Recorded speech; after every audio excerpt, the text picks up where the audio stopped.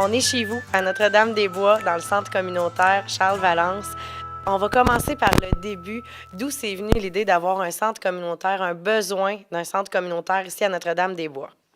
Bien, il y avait des besoins autant avec l'école, un besoin d'un gymnase adéquat, sans colonnes. Le gymnase devenait très utilisé par le service de garde OK. comme salle à dîner.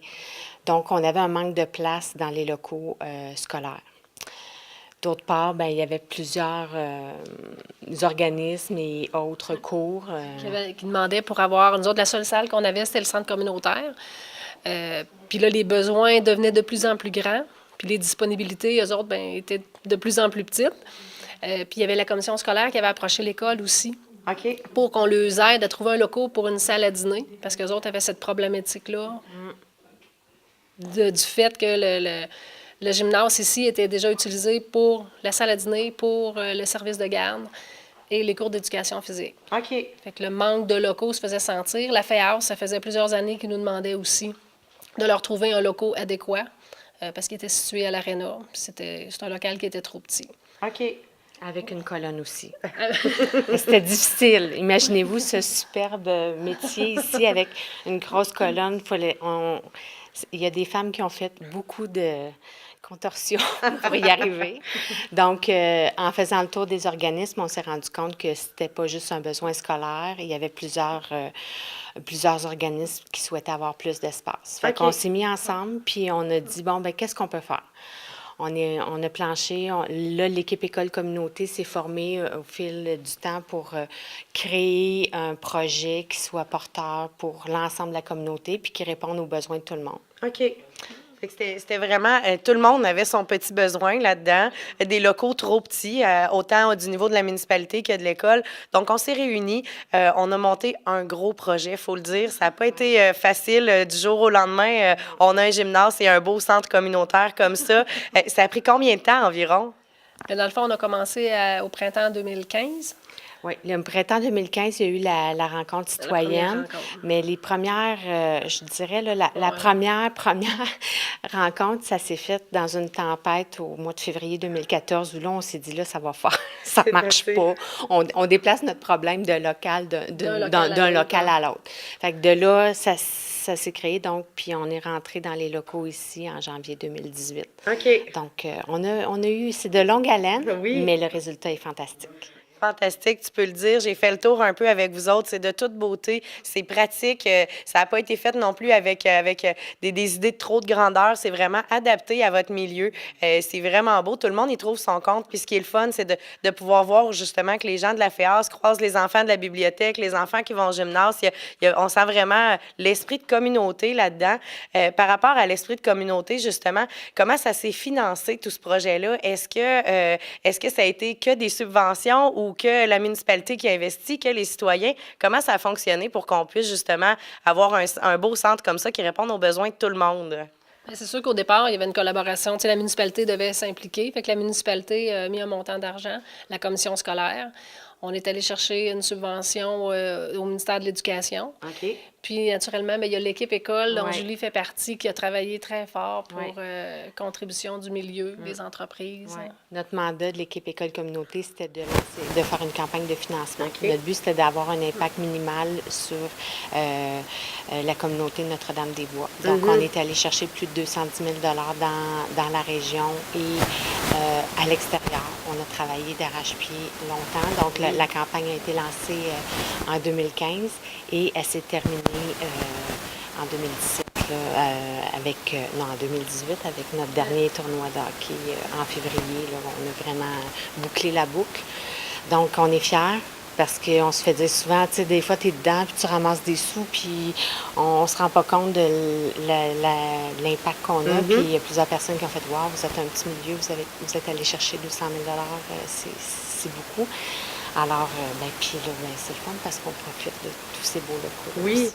Justement, qu'est-ce que vous avez vu comme changement dans la communauté, autant au niveau des aînés, autant au niveau des jeunes, tout le monde qui vient pratiquer des sports? C'est quoi les répercussions que vous avez senties, là, vous autres, personnellement, que vous avez pu observer? Là? Bien, juste ici, dans le local, bien là, maintenant, il y a 4 métiers à tisser. Oui. Avant, on en avait 2. C'était difficile de faire les 2 métiers en même temps OK. avec le local qui était plus petit. C'est beaucoup plus intéressant de venir tisser. On a une vue magnifique derrière toi. Donc, les locaux sont utilisés. Au niveau du gymnase, bien là, écoute, c'est incomparable. Les enfants sont heureux.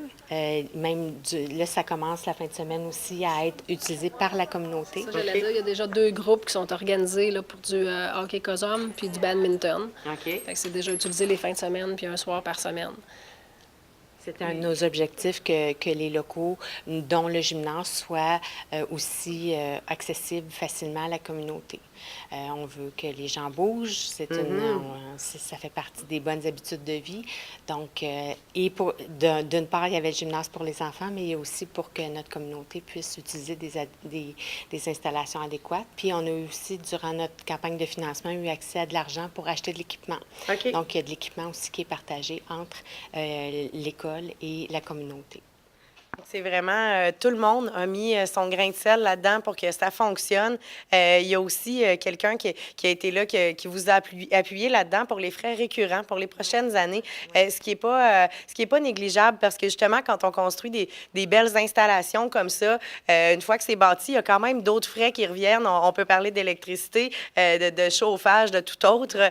Il y a justement eu un impact très significatif dans la communauté, quelqu'un qui s'est vraiment impliqué là-dedans. Oui, bien, dès le départ, quand on a fait la rencontre citoyenne en avril 2015, le Domaine des Appalaches, qui est une entreprise locale, nous a approchés en disant nous, ce projet-là nous parle, ça fait longtemps qu'on attend un beau projet comme ça pour la communauté, puis ça nous tente de participer.